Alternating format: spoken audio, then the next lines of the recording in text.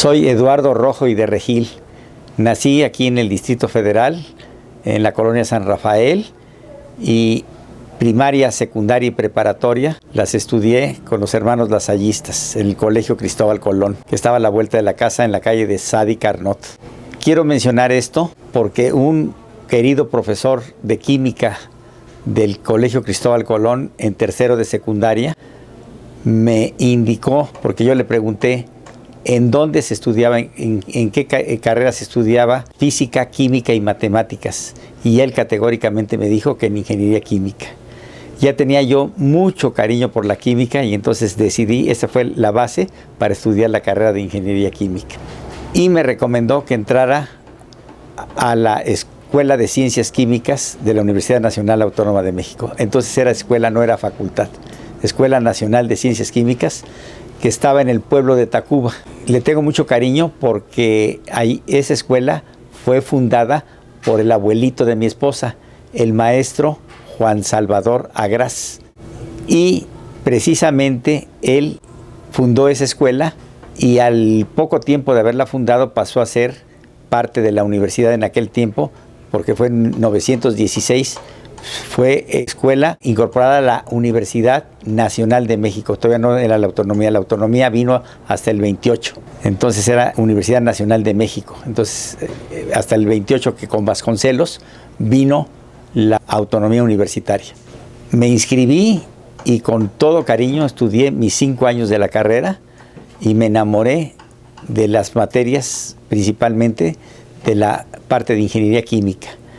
Una cosa importante que quiero señalar es que en aquel tiempo, con el antiguo plan de estudios que teníamos, con pagar solamente 2 materias, optaba uno para obtener el título de químico. O sea que llevábamos la misma carga de química analítica, de química orgánica, de química inorgánica, de todas esas materias que los químicos. Y esas 2 materias que hacían falta nada más para optar para el título de químico eran mineralogía y microbiología.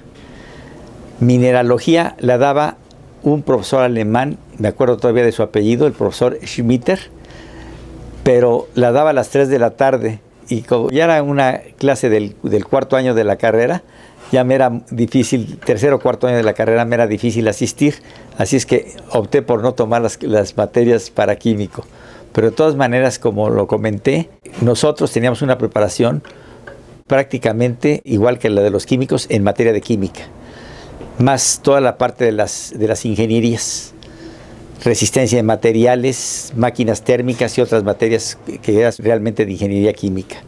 Esto lo quiero señalar porque mi primer trabajo fue en la Comisión Nacional de la Caña de Azúcar. Allí mi trabajo, entré a trabajar como químico a los laboratorios de la Comisión Nacional de la Caña de Azúcar que estaban en la calle de Gante. Y mi trabajo consistía básicamente en analizar los suelos donde se cultiva la caña de azúcar para los ingenios azucareros.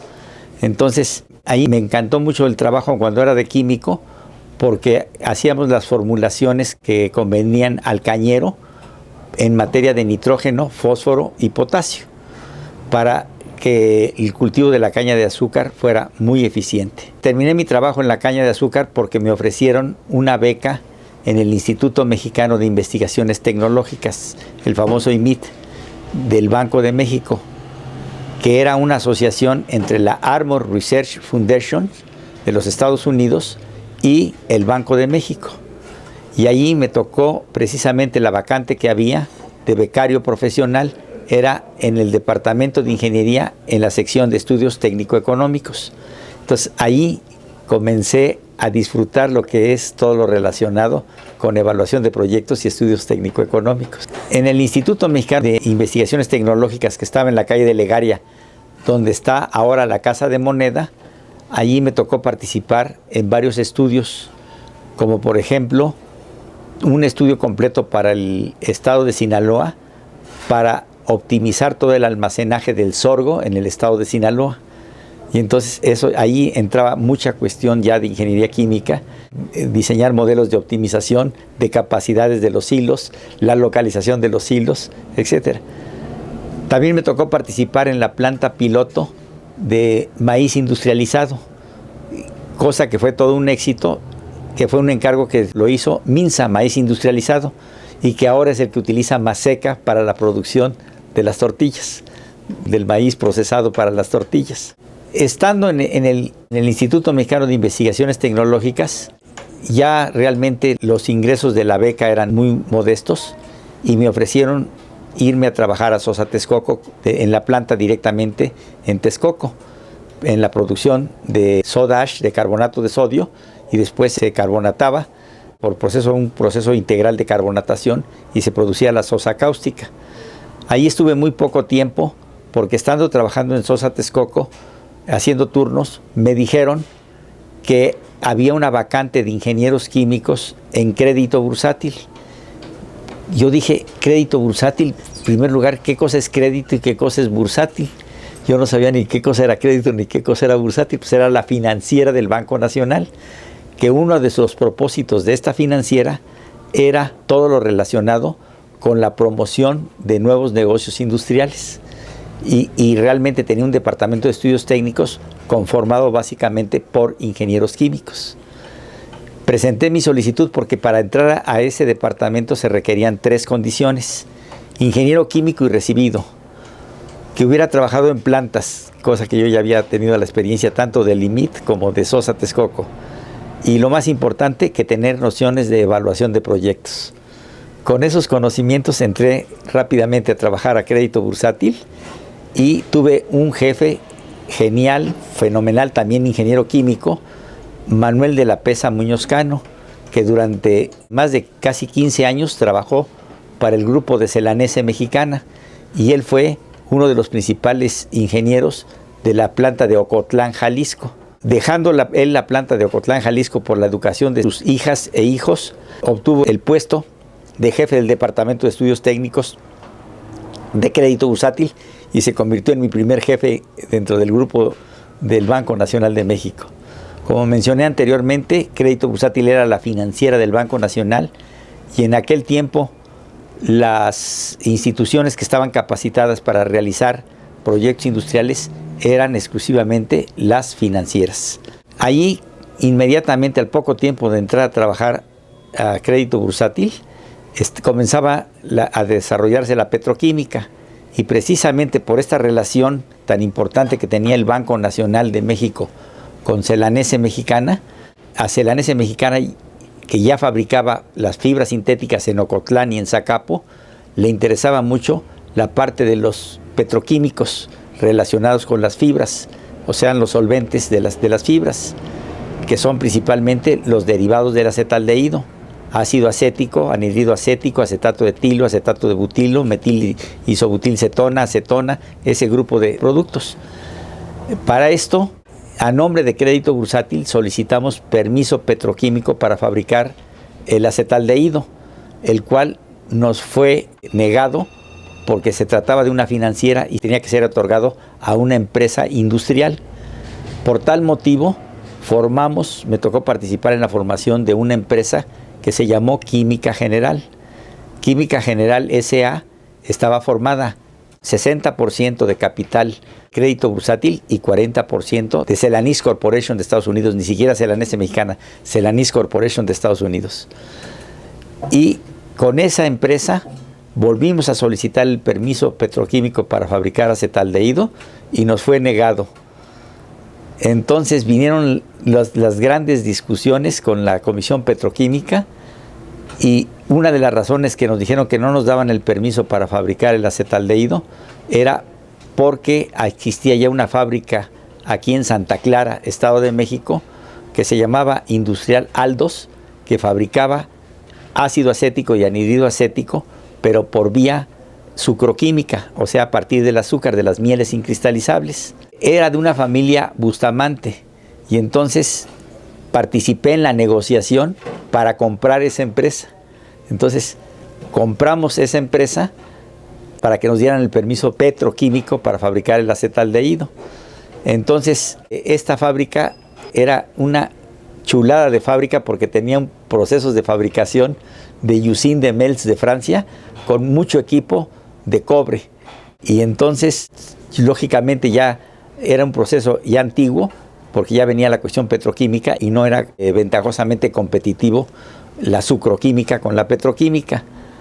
Por lo tanto, me tocó participar en la desmantelada de Industrial Aldos, y allí en ese terreno y en otro que se tenía en Química General en San Cristóbal, ya se comenzaron a fabricar algunas resinas y plásticos. Y era el inicio de la fabricación ya de productos químicos por parte de la filial de Celanese Corporation aquí en México. Volvimos a solicitar el permiso a nombre de Química General, ya habiendo comprado Industrial Aldos, y también nos fue negado. Y nos fue negado porque en aquel entonces la ley reglamentaria al artículo 27 constitucional en el ramo del petróleo mencionaba que son petroquímicos básicos los de primera transformación química o física importante a partir de un hidrocarburo natural o producto de refinación, tal cual. Entonces nosotros, el grupo del banco de química, y yo estaba comisionado en Química General, demostramos ante la Comisión Petroquímica que el acetaldehído ya era de segunda transformación, que sí que le correspondería que se otorgara un permiso petroquímico por considerarlo nosotros de petroquímica secundaria. Pero no fue así. Cambiaron la legislación, mandaron el asunto a la Cámara de Diputados y a la Cámara de Senadores, y el párrafo ya modificado decía: son petroquímicos básicos los de primera transformación química o física importante a partir de un hidrocarburo natural o producto de refinación. Le pusieron una coma y le agregaron o de interés socioeconómico para el Estado. Por lo tanto, el acetaldehído lo consideraron de interés socioeconómico para el Estado y nos dieron permiso para fabricar los derivados del acetaldehído. Y así fue como nació el primer complejo petroquímico de Química General en Celaya, Guanajuato. Me tocó participar en el estudio de localización de esa planta, y ahí se arrancaron con los derivados del acetaldehído. Ya de regreso otra vez a las oficinas de crédito bursátil, seguí trabajando en varios proyectos industriales. Por cuestión profesional, quiero mencionar el otro de los proyectos petroquímicos que manejamos allí en crédito bursátil. Resulta ser que el mismo ingeniero Manuel de la Pesa Muñozcano, como había trabajado en Celanese, y muchas de las empresas que estaban buscando permisos petroquímicos estaban buscándolos a partir del etileno y del propileno, él dijo: vamos a buscar un producto de la química cíclica, de la química orgánica cíclica, un derivado del ciclohexano. Este producto resulta ser que era nada menos que el monómero para fabricar el nylon, que se llama caprolactama. Entonces me tocó participar con mucho esmero y con mucho entusiasmo en todo el proyecto de la planta de caprolactama. Por cierto, ahí está.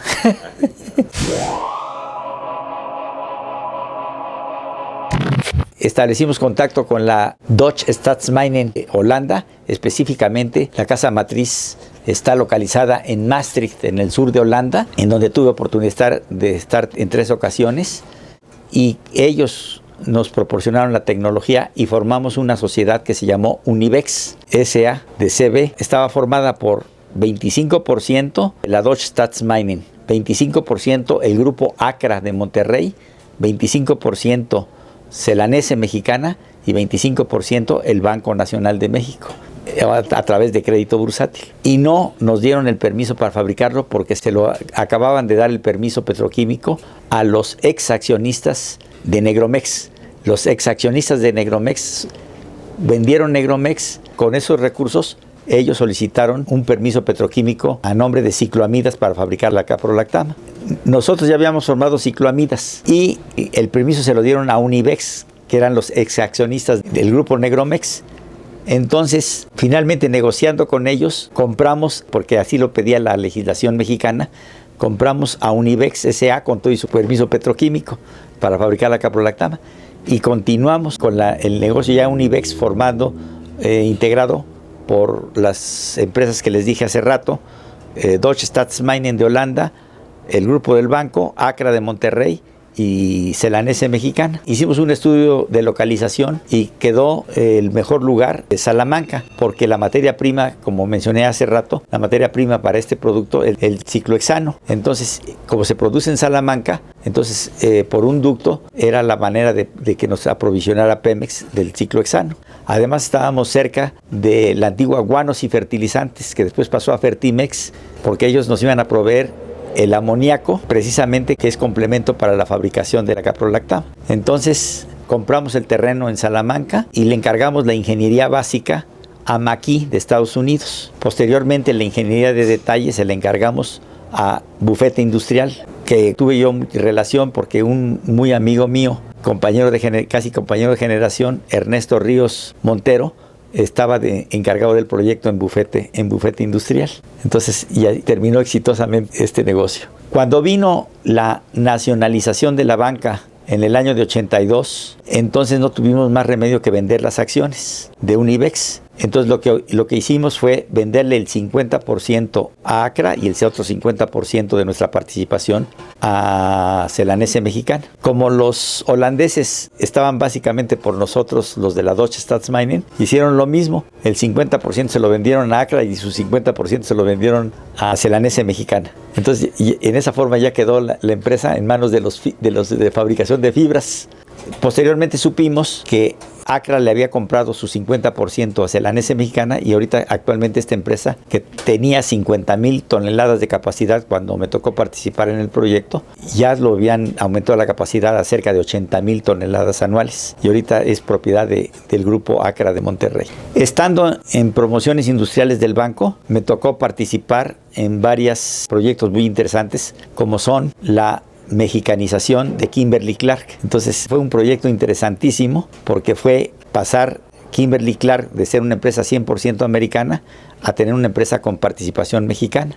Después allí tuve oportunidad de que el grupo del banco me comenzó a nombrar miembro de los consejos de administración de varias empresas promovidas por el grupo de promociones industriales del banco. Entre ellas, obviamente, estuve de consejero, como lo mencioné hace rato, de Univex, estuve de consejero de Kimberly-Clark, estuve consejero de Reynolds Aluminio, estuve consejero de otro proyecto que me tocó participar intensamente, y ahorita lo voy a comentar, fue el de Cementos Apasco. Apasco es la empresa cementera, actualmente la empresa cementera más grande del mundo. Su casa matriz está en Suiza y entonces no tenían inversión en México. Y ya Cemex ya había crecido muchísimo, Cementos Mexicanos, pero de todas maneras Apasco quería invertir en México y nosotros colaboramos desde un principio con ellos para encontrar la mejor manera de establecer plantas en México. En un principio les recomendamos construir una nueva planta cementera grande y en los estudios preliminares que estuvimos haciendo con la colaboración de los técnicos ingenieros de Suiza, de Apasco, llegamos a la conclusión que la mejor alternativa era comprar alguna cementera que ya estuviera establecida en México. Y fue como se compró, que era de una empresa familiar, se compró Cementos Apasco, que se escribía originalmente con X porque estaba en Apasco. Entonces compramos Cementos Apasco y al poco tiempo también se compró Cementos Veracruz y comenzó la gran expansión de Cementos Apasco en México, que no llega al tamaño de Cementos de Cemex, de Cementos Mexicanos, porque Cementos Mexicanos comenzó con Cementos Monterrey, Cementos Guadalajara, después compró N+1 plantas y entonces se convirtieron en los cementeros, actualmente son los cementeros más grandes de México y son como los terceros a nivel mundial, terceros o cuartos a nivel mundial. Ya tienen plantas en Sudamérica y en muchos lugares del mundo.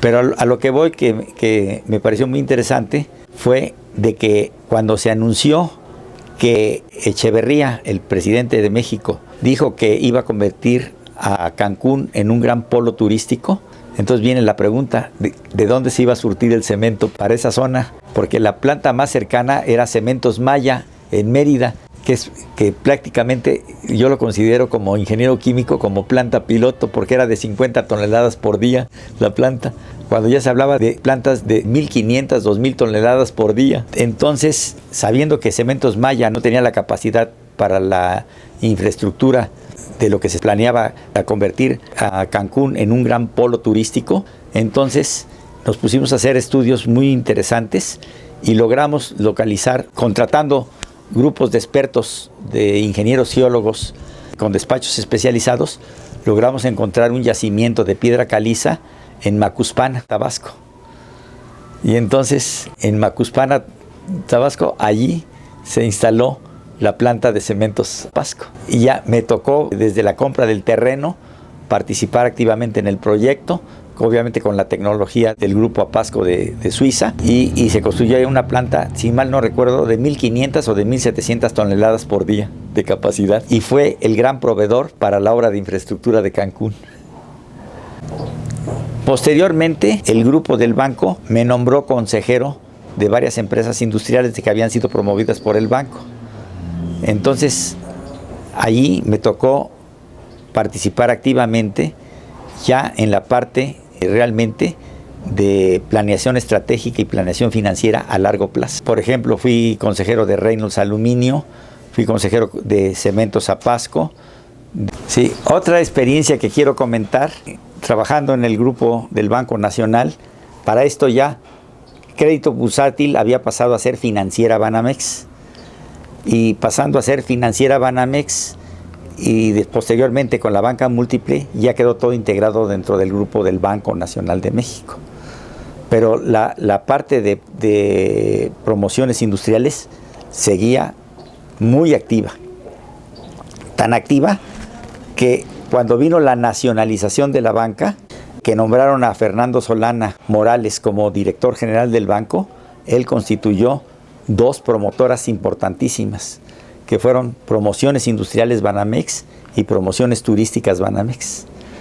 Promociones Industriales Banamex comenzó a utilizar bastante de las empresas que nosotros ya habíamos promovido, como son la de Reynolds, la que mencioné de Cementos Apasco y otras más, y se fortaleció comprando una participación accionaria muy importante de Celanese Mexicana, empresa con la que tuvimos siempre muy buena relación. En realidad, el banco fue el que formó Celanese Mexicana aquí en México, porque resulta ser que don Luis G. Legorreta, cuando era director del banco, lo convenció de venir a invertir a México. Y fue cuando se construyeron los dos primeros complejos de celulosa en México, que fueron el de Zacapo y el de Ocotlán.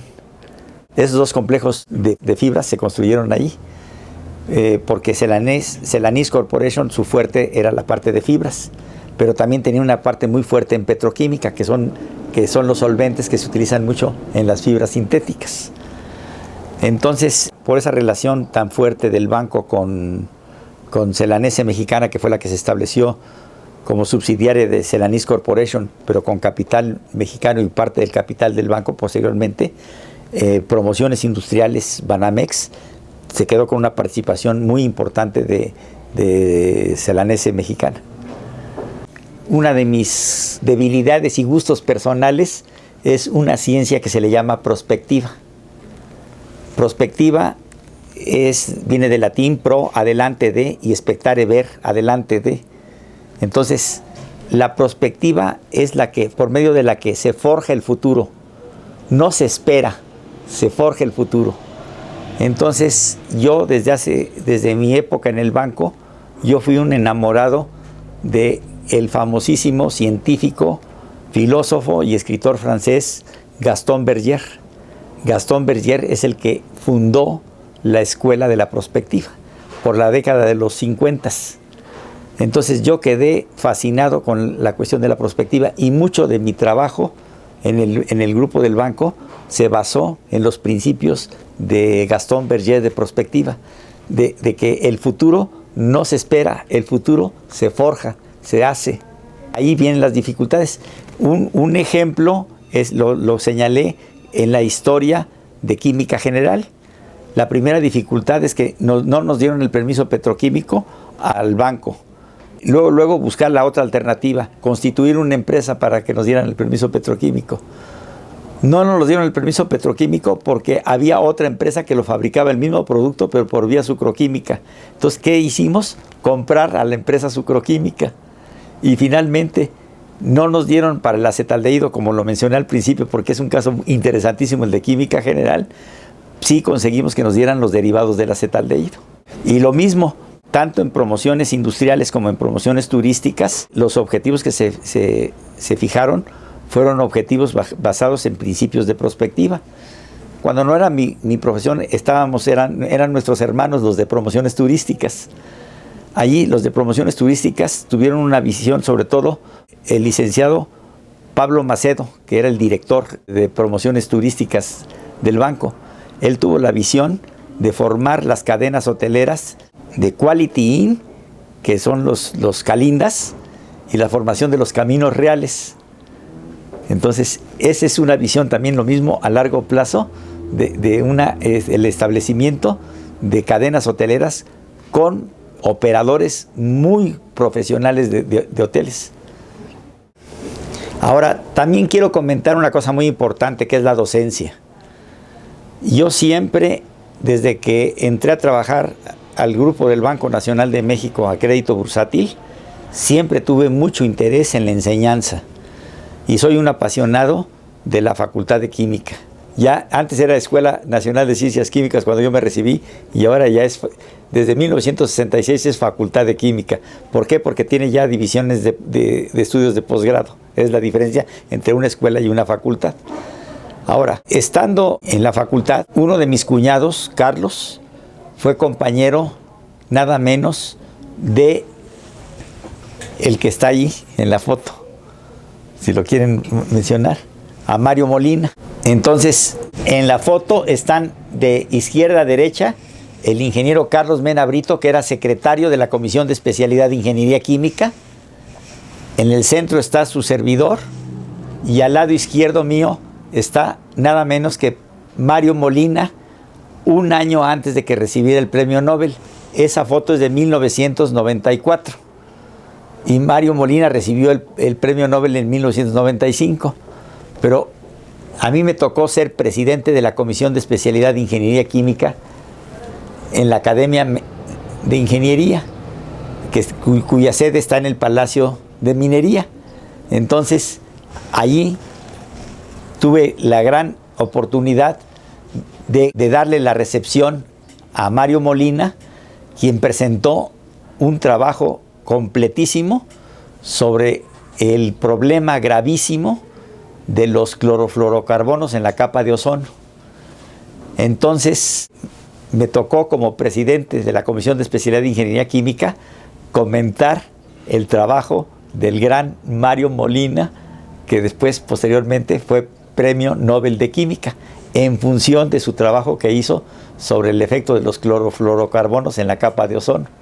Ese fue uno de los momentos más difíciles para mí, porque comentar un trabajo tan complicado como el que presentó Mario Molina en la Academia de Ingeniería, para mí fue un reto interesantísimo.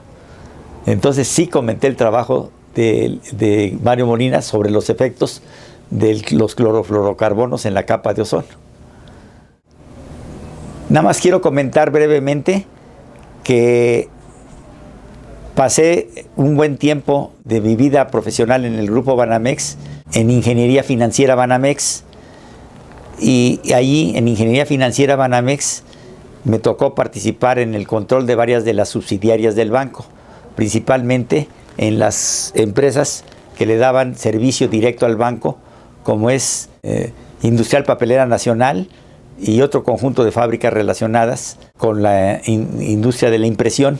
Y lo mismo, ahí participé activamente en Ingeniería Financiera Banamex, pero eso me sirvió mucho de experiencia, porque cuando yo me jubilé del banco, yo seguí dando clases, pero Alfredo Harp, que fue presidente y director general del Banco Nacional, me recomendó ir a trabajar a Modelo para convertir al Grupo Modelo de una empresa familiar a una empresa institucional.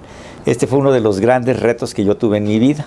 Me pasé casi más de 4 años en el Grupo Modelo haciendo todos los estudios para la mexicanización e institucionalización de Grupo Modelo mediante la colocación pública de $500 millones, que son los que constituyen las acciones de la serie C actualmente de Grupo Modelo. Ya Grupo Modelo ya fue, el resto del Grupo Modelo ya fue comprado por InBev de Bélgica. Pero una cosa importante es que con motivo del trabajo que yo estuve haciendo en Modelo, me dieron ese reconocimiento que está allí, que es que les formé el grupo de relaciones con inversionistas, ya que Grupo Modelo, de ser una empresa familiar, no tenía experiencia en tener otros accionistas. Modelo amaneció, después de la colocación pública de las acciones, de unas cuantas familias que eran las herederas de don Pablo Díez, a más de 8,000 gentes, 8,000 accionistas, que son los que realmente formaron inicialmente el accionariado de Grupo Modelo. Entonces, a estas, como accionistas de Grupo Modelo, yo tenía la responsabilidad de darles toda la información adecuada del grupo para mantener el precio de la acción en precios accesibles. Entonces, cada 3 meses me tocaba organizar los famosos encuentros bursátiles. Esos encuentros bursátiles es que los citaba en la planta de Modelo aquí en Lago Alberto a los representantes de las casas de bolsa para platicarles de cómo iba Grupo Modelo para mantener el precio de la acción a niveles competitivos, a valores buenos. Ahí trabajé con mucho gusto, con mucho éxito, y ahí me dio don Antonino Fernández y Carlos Fernández, el actual presidente y director general, me dieron ese reconocimiento. Lo que yo les diría es, en primer lugar, tenerle cariño a la profesión. Es lo primero, número uno. Identidad a la profesión. Una vez que tiene uno identidad a la profesión, la recomendación es la misma que yo platiqué hace rato de Gastón Berger. Seguir el ejemplo de tener un modelo prospectivo. O sea, tener un modelo futuro. Yo, con todo y mis años que tengo y de haber cumplido ya 51 años aquí en la Facultad de Química de la Universidad Nacional Autónoma de México, sigo haciendo mis modelos prospectivos porque sigo pensando en el día de mañana. Por eso no quiero dejar las clases, por eso sigo activo, sigo con mucho gusto dirigiendo tesis, asistiendo a exámenes profesionales y dando una clase de licenciatura y dando una clase de maestría.